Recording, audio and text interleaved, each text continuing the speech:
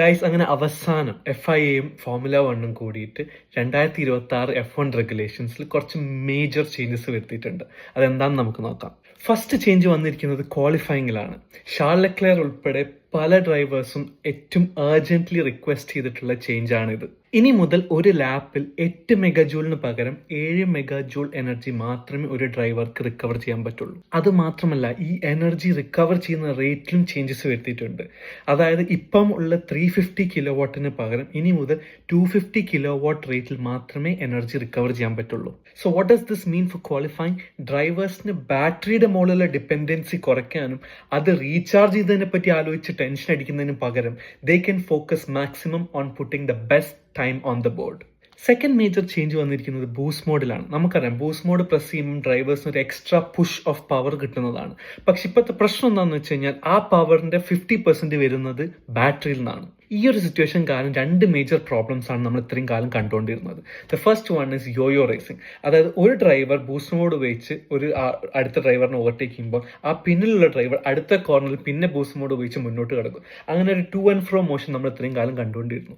And the second issue is closing speeds കാരണം ഉണ്ടാവാൻ പറ്റുന്ന പോസിബിൾ ആക്സിഡൻസ്. നമ്മളൊരു ഓൾമോസ്റ്റ് നിയർ ഫേറ്റൽ ആക്സിഡന്റ് കണ്ടതാണ് ജപ്പാനിൽ ബിറ്റ്വീൻ ബെയർമൻ ആൻഡ് കൊളപ്പിൻറ്റോ. അപ്പോൾ ഇനി മുതൽ ബൂസ്റ്റ് മോഡ് കൊണ്ട് കിട്ടാൻ പോകുന്ന എക്സ്ട്രാ ബൂസ്റ്റ് എന്ന് പറയുന്നത് ആകെ 150 കിലോ വാട്ട് എനർജി മാത്രമാണ്.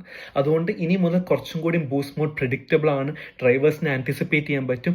ആൻഡ് ഇതുപോലത്തെ ക്ലോസിംഗ് സ്പീഡ്സ് കാരണം ഉണ്ടാകുന്ന ആക്സിഡൻസ് ഒരു എക്സ്റ്റെൻഡ് വരെ നമുക്ക് റെഡ്യൂസ് ചെയ്യാം. മൂന്നാമത്തെ മേജർ ചേഞ്ച് വന്നിരിക്കുന്നത് റേസ് സ്റ്റാർട്സിലാണ്. നമുക്കറിയാം, ഈവൻ 4 ടൈം വേൾഡ് ചാമ്പ്യൻ ആയ മാക്സ് വെർസ്റ്റാപ്പൻ പോലും ഈ സീസണിൽ റേസ് സ്റ്റാർട്സിൽ നല്ലോണം കഷ്ടപ്പെടുന്നുണ്ട്. അപ്പോൾ ഇനി മുതൽ ഒരു ഡ്രൈവർക്ക് റേസ് സ്റ്റാർട്ടിൽ ആവശ്യമുള്ള ആക്സിലറേഷൻ കിട്ടിയിട്ടില്ല എന്ന് എഞ്ചിന്റെ ഇലക്ട്രിക്കൽ യൂണിറ്റായ MGUK ഡിറ്റക്ട് ചെയ്യുകയാണെങ്കിൽ അതൊരു എക്സ്ട്രാ പുഷ് കൊടുത്ത് ആ ഡ്രൈവർക്ക് ആവശ്യമുള്ള ആക്സിലറേഷൻ പ്രൊവൈഡ് ചെയ്യുന്നതാണ്. ഇതൊരു വളരെ നല്ല സേഫ്റ്റി റിലേറ്റഡ് റെഗുലേഷൻ ചേഞ്ച് ആണ്. അതായത് ലിയം ലോസണിന് മെൽബണിൽ സംഭവിച്ച പോലത്തെ ഫോൾട്ടി റേസ് സ്റ്റാർട്സ് കാരണം ഉണ്ടാവാൻ ചാൻസ് ഉള്ള ആക്സിഡൻസ് നമുക്കൊരു പരിധി വരെ ഇനി ഒഴിവാക്കാൻ പറ്റാവുന്നതാണ്. ഇത് കൂടാതെ പല മൈനർ അപ്ഡേറ്റ്സും വരുത്തിയിട്ടുണ്ട്. അതായത് വെറ്റ് റേസിന് സമയത്ത് ബാറ്ററി എങ്ങനെ ഡിപ്ലോയ് ചെയ്യും, അങ്ങനെ. ഈ ചേഞ്ചസ് എല്ലാം കൊണ്ടുവന്നിരിക്കുന്നത് 3 കാരണങ്ങൾക്ക് വേണ്ടിയിട്ടാണ്. 1, ഡ്രൈവേഴ്സിന്റെ സേഫ്റ്റി ഇൻക്രീസ് ചെയ്യാൻ വേണ്ടി. 2, ക്വാളിഫയിങ് കുറച്ചും കൂടി എന്റർടൈനിങ് ആക്കാൻ വേണ്ടി. 3, റേസിന്റെ സമയത്ത് കാറിന്റെ ബിഹേവിയർ കുറച്ചും കൂടി പ്രെഡിക്റ്റബിൾ ആവാൻ വേണ്ടിയിട്ടും കൂടിയാണ്. പക്ഷെ ഇത് കാരണം നിങ്ങളൊരു മേജർ ഓവർഹോൾ ഒന്നും പ്രതീക്ഷിക്കേണ്ട. Yes, definitely it's a step in the right direction. പക്ഷെ ഇപ്പോഴും energy management and battery issues എന്തായാലും ഈ റെഗുലേഷൻസിന്റെ പ്രശ്നങ്ങൾ തന്നെയാണ്. പക്ഷെ എന്തായാലും ഈ ചേഞ്ചസ് എല്ലാം മയാമി ഗ്രാൻഡ് പ്രീയിലൂടെ തന്നെ ഇംപ്ലിമെന്റ് ചെയ്യുന്നതാണ് ഇപ്പം FIA പറഞ്ഞിരിക്കുന്നത്. So lots of exciting races ahead.